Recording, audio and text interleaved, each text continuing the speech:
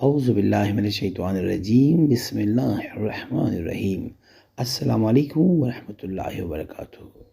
رشتوں میں رکاوٹ کے شکار لوگ یہ عمل کر سکتے ہیں۔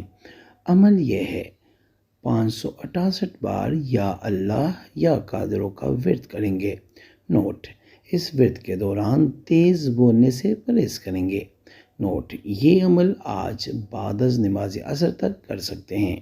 اگر ذکر کرتے وقت خوف محسوس ہو تو اس کا مطلب جناتی اثرات کی وجہ سے مسائل ہے۔ اگر ذکر کرتے وقت ذہن میں منفی باتیں آئیں تو اس کا مطلب بد نظری کا شکار ہے۔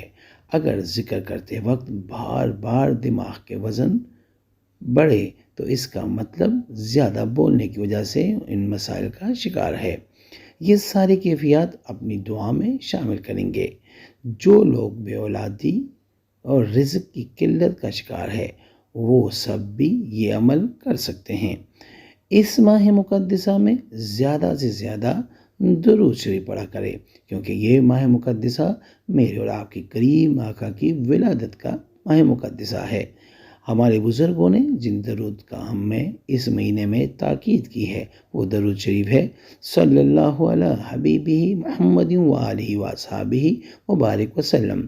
جس نے یہ وظیفہ کرنا ہے وہ 3 بار سورہ کوثر پڑھ کر نبی پاک صلی اللہ علیہ وآلہ وسلم کی بارگاہ میں ہدیۃً تحفۃً پیش کر کے سبحان اللہ لکھ دے، اجازت ہے۔ اور اگر کسی کو بتانا ہے تو اس کو کہیں وہ 5 بار سورہ کوثر پڑھ کر نبی پاک صلی اللہ علیہ وآلہ وسلم کو ہدیہ کریں۔ اس کے بعد آپ ان کی طرف سے اللہ اکبر لکھ دینا، ان کو بھی اجازت مل جائے گی۔